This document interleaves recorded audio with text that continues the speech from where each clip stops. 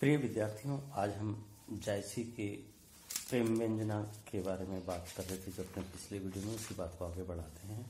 देखिए, अगला बिंदु है हमारा काव्यगत विशेषताएं। जायसी की काव्यगत विशेषताओं का विवेचन करने के लिए उनका पद्मावत आधारभूत प्रबंध काव्य माना जाता है। इसमें उनके काव्य कला की निर्मल झांकी और मौलिक प्रतिभा दिखाई देती है। इसका कथानक ऐतिहासिक एवं कल्पना मिश्रित है। जायसी ने अपने काव्य में भाषा और भावों के संयोजन में कथा संगठन में विरह व्यथा से द्रवीभूत करने और मानवीय भावनाओं का उद्घाटन करने में अति कौशल दिखाया है। उनका काव्य भक्ति रस से प्लावित और विरह अश्रुधरा से सिक्त है। पात्रों के स्वभाव वर्णन, सौंदर्य निरूपण, लोक पक्ष का समर्थन और भारतीय संस्कृति के उत्कृष्ट आदर्शों का जैसा समावेश जायसी के काव्य में हुआ है, वैसा मसनवी शैली में रचे गए अन्य काव्यों में दुर्लभ है। इस तरह जायसी की काव्य साधना अत्यंत उदात्त एवं प्रशस्य है।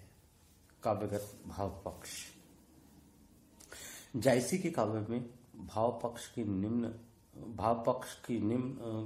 को निम्न रूपों में सशक्त अभिव्यक्ति हुई है। भाव पक्ष की निम्न रूपों में सशक्त अभिव्यक्ति हुई है। प्रेम तत्व का निरूपण, गुरु महिमा, रहस्यानुभूति, वीरानुभूति और समन्वयात्मक प्रवृत्ति। काव्यगत कला पक्ष। जायसी के काव्य में भाव पक्ष के साथ ही कला पक्ष भी वैसा ही पुष्ट, परिमार्जित और प्रांजल है। कला पक्ष के अंतर्गत अलंकार, गुण, छंद, भाषा शैली आदि का समावेश होता है। यद्यपि काव्य सौंदर्य की दृष्टि से रस योजना को भाव पक्ष का प्राण तत्व माना जाता है, तथापि काव्यगत कथानक के निर्वाह में कवि कल्पना एवं प्रतिभा का चमत्कार अधिक महत्व रखता है। अतः रस योजना को गौण रूप में कला पक्ष का अंग माना जाता है।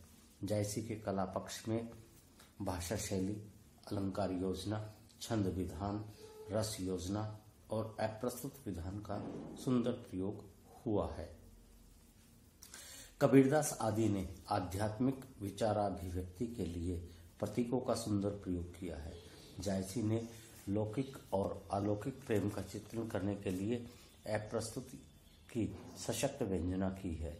आचार्य रामचंद्र शुक्ल के अनुसार जायसी की अन्योक्तियों और समासोक्तियों में प्रस्तुत अप्रस्तुत का जैसा सुंदर समन्वय देखा जाता है, वैसा हिंदी के बहुत कम कवियों में पाया जाता है। अप्रस्तुत की व्यंजना के लिए जो प्रस्तुत वस्तुएं काम में लाई गई हैं और प्रस्तुत की व्यंजना के लिए जो अप्रस्तुत वस्तुएं सामने रखी गई हैं, वे आवश्यकता अनुसार कहीं बोध वृत्ति में सहायक होती हैं और कहीं भावों के उद्दीपन में। जायसी की प्रेम व्यंजना। सूफी साधना में जीवात्मा और परमात्मा में भेद न मानते हुए भी समस्त सृष्टि और प्रकृति को परमात्मा की प्राप्ति का साधन माना जाता है। इसलिए सूफी साधक परमात्मा को परम प्रियतम मानकर स्वयं को उसके प्रेम में व्यथित मानते हैं। जायसी ने भी अपने काव्य में परमात्मा प्रियतम की प्राप्ति के लिए उत्कंठा व्यक्त की है और उसके विरह में व्यथा वेदना प्रकट करते हुए प्रकृति को भी विरह व्यथित चित्रित किया है। इस तरह उनके काव्य में आद्यतन सूफी प्रेम व्यंजना का ही चित्रण हुआ है। जायसी की प्रेम व्यंजना को इस प्रकार विभिन्न शीर्षकों में स्पष्ट किया जा सकता है। पहला शीर्षक है लौकिक प्रेम का चित्रण। जायसी ने पद्मावत में लौकिक प्रेम का चित्रण मसनवी शैली में किया है। राजा रतन सेन तोते के मुख से, जिसका नाम हीरामन है, उस तोते के मुख से पद्मावती के रूप सौंदर्य का वर्णन सुनते ही उससे प्रेम करने लगता है और विरह व्यथा से पीड़ित रहने लगता है। उधर पद्मावती की भी यही दशा रहती है। रतन सेन अनेक बाधाओं के बाद पद्मावती को प्राप्त करता है, परंतु इधर रानी नागमती अगाध विरह सागर में डूब जाती है।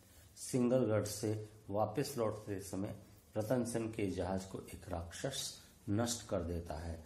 फलस्वरूप पद्मावती और रतन सेन का बिछोह हो जाता है।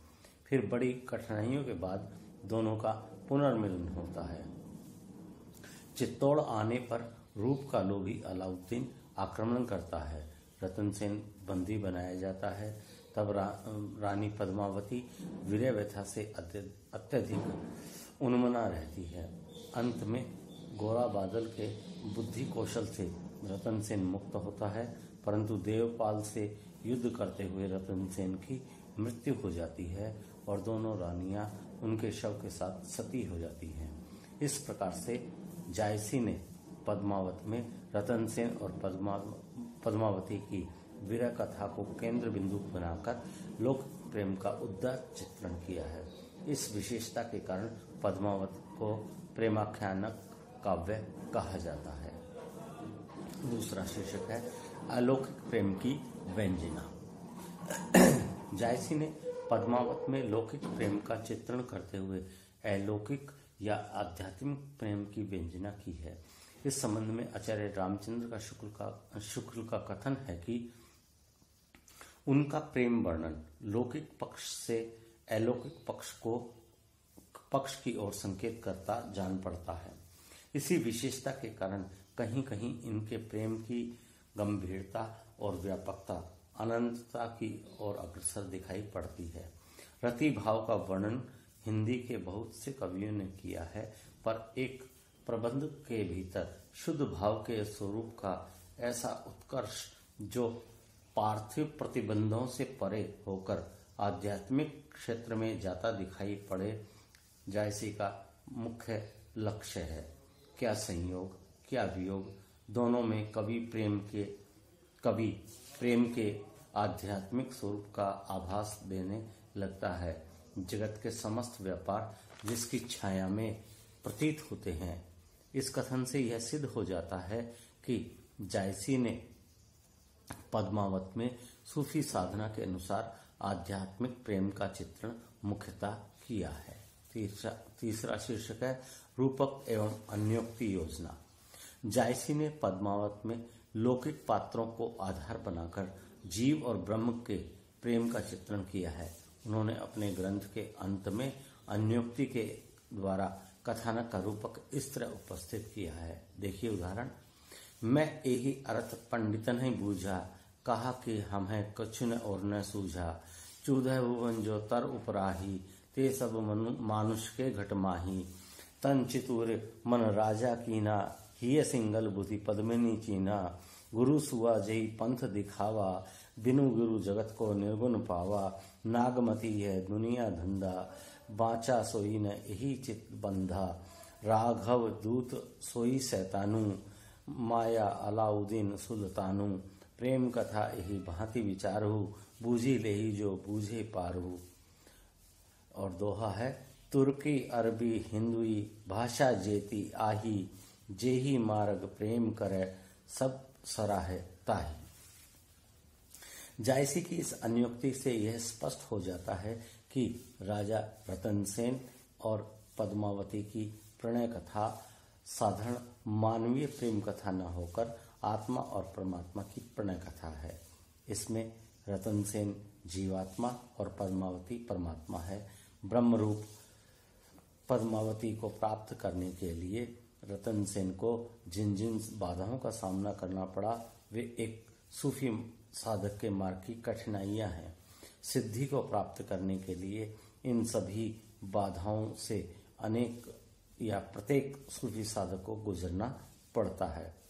सूफी साधना में सृष्टि और प्रकृति के कण कण में ब्रह्म के अपरिमित सौंदर्य का दर्शन किया गया है। वह जीवन और जगत का सौंदर्य उस परमात्मा का ही सौंदर्य है। जायसी ने इसी अभिप्राय से पद्मावत में लौकिक प्रेम के माध्यम से आध्यात्मिक प्रेम का उद्घाटन किया है। तो प्रिय विद्यार्थियों, आज के इस वीडियो में बस इतना ही।